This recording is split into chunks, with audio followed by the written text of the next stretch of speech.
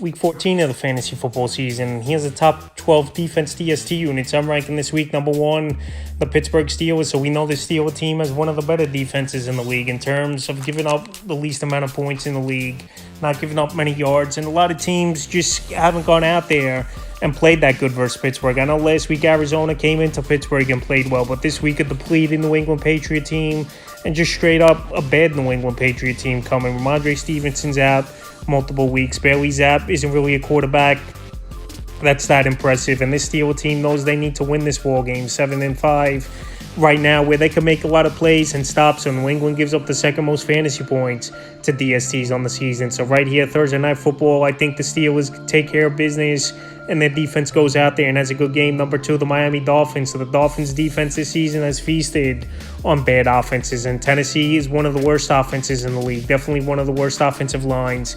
They're not really scoring many points, even though last week they did put up 28 points versus the Indianapolis Colts. But Miami, like I said, they get off to that 10, 14-point lead and they make offenses one-dimensional. And with Jalen Ramsey back in the mix, this defense has played better. Last week, a master performance at the Washington Commanders, including a pick 6. And this week versus Tennessee, I think once again a great game. Number 3, the New Orleans Saints. So this Saint DST is in the middle of the pack type of unit, but a good streaming option this week versus the Carolina Panthers that are 1-11 and really can't move the football besides Chuba Hubbard and Adam Thielen for the majority of the season.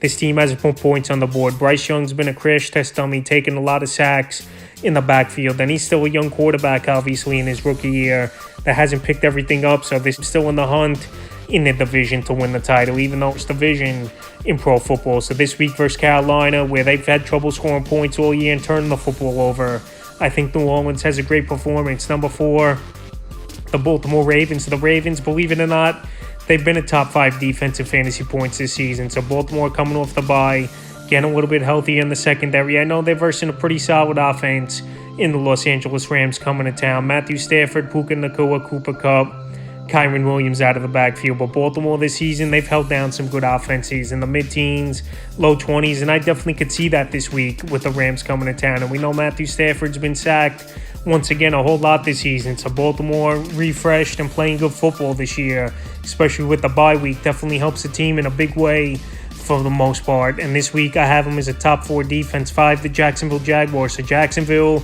I know versus backup quarterback Jake Browning, they got shredded in that game on Monday Night Football. But this week, they know their defense has to go out there and play a good ball game now with Trevor Lawrence out a few weeks with the ankle injury. And this week, it's either going to be Joe Flacco or Dorian Thompson-Robinson. Last week, Flacco, he had decent command of this offense for the Cleveland Browns, and they did move the football down the field, but still only scored 19 points. And this Jaguar secondary is a ball hawking secondary that creates turnovers, amongst the league leaders in turnovers this season. So right now, I think Jacksonville goes into Cleveland in a game where they got to rely on the defense a little bit more, going with C.J. Beathard as the starter. And I think they rise to the occasion versus, obviously, the backup quarterback in Flacco or Dorian Thompson Robinson. Number 6, the Houston Texans. So this Texan defense, they're getting better each and every week, it seems like. Last week, they intercepted 3 passes in that game versus Russell Wilson and the Denver Broncos, including one to end the ball game in the end zone. And this week, they're versus one of the worst, if not the worst, offense in all pro football, the New York Jets. So if it's either Wilson or Trevor Siemian in this game, it just doesn't matter. Houston, I think, can make some plays in this ball game. The Jets have one of the worst offensive lines in the league with injuries, and their quarterbacks are taking big hits and turning the football over. And this Jet team, it takes them a long time to find the end zone, which once again, they had trouble again doing in last week's game versus the Falcons. So right now, I think Houston goes into New York.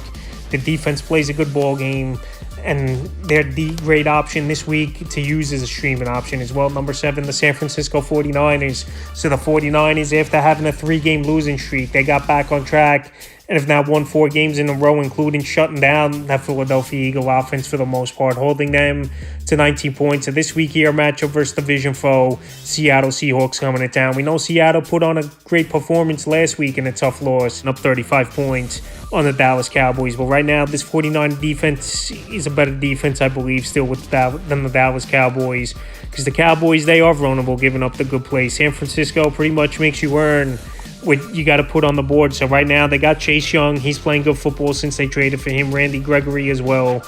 And Seattle's offensive line's banged up, and a running back, Kenneth Walker, and Zach Charbonnet.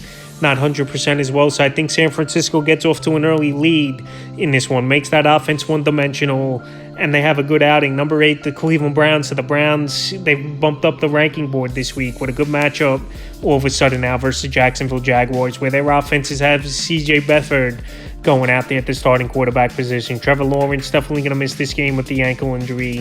Beathard, he started many games for the San Francisco 49ers a few seasons ago, but he's a journeyman and a backup quarterback, so I think the Browns get pressure on him early and often. I definitely could see this being a low-scoring game between these two teams, and a couple turnovers and sacks for Myles Garrett is definitely a possibility as well. Number 9, the New York Jets. So this Jet defense, they've played hard all season, only a couple games they've got torched, obviously by the Buffalo Bills a few weeks ago, giving up big points to them.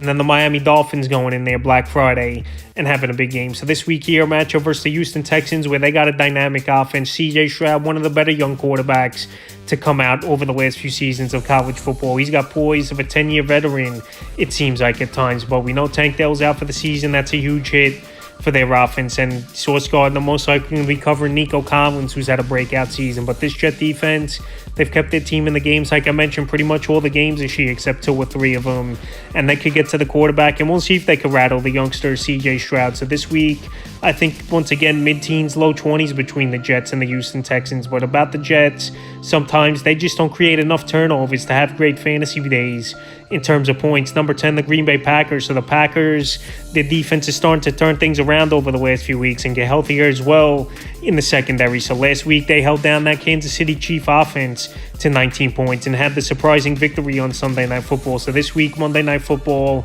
they go into New York versus the New York Giants. We know Tommy DeVito, he's been playing good football the last 2 weeks, but he hasn't really versed the defense like the Packers over the last few weeks, where they versed New England, who's got nothing going for them this season, and the Commanders. And now the Packers, I think, can make a few plays on DeVito and get some pressure, because still this Giant offensive line, one of the worst teams in the league. And Tommy DeVito's taken a beating so far in the few games he started this year. So right now, I think Green Bay Monday night, they know they need this game. They're in wild card contention, play a decent game. Number 11, the Detroit Lions. So the Lions, their defense the last few weeks has definitely been leaky and giving up points. We saw in Week 12 versus the Packers. The Packers went in there, moved the football up and down the field. Last week in Week 13, they went into New Orleans, got off to the quick start, and the Saints made it the game, only losing 33-28 after down 21-0. And right now, this week, a matchup at the Bears, where the Bears, even in Week 11, put up a decent amount of points and blew that game versus the Lions. So right now, like I said, their defense isn't really playing all that good. Justin Fields had a great game going back a few weeks ago, even a rushing over 100 yards in that one. So this week, Detroit, I still think, can make some plays. Bears give up the 4th most fantasy points to DSTs on the season, and they're a decent option at the back end of the top 12 this week. And the 12th and final defense, DST, I'm ranking, is the Minnesota Vikings. So this Viking team coming off a bye week, and they got a decent matchup versus rookie quarterback Aiden O'Connell, where he's been not that horrible of a quarterback, but also a quarterback really not doing much in terms of putting points on the board. And he's had a few turnovers as well. So I think Minnesota are definitely in the playoff hunt, 6-6 on the season. They could still make some plays in the secondary. They still could get some pressure on the quarterback with Hunter as one of the better pass rushers in the league. And I think this week, Aiden O'Connell, he's going to take a few sacks in this game and turn the football over a little bit. And we've seen the Vikings in some streaming option weeks this year where they've gone out there and put up double-digit fantasy points. So this week in Vegas, in a game where I think this Viking team is going to be rejuvenated and play a little bit better, especially with Justin Jefferson back in the lineup. It's just a boost for morale all over the place. I have him as number 12, so that's a top 12 defense DST units I'm ranking for Week 15 of the fantasy football season.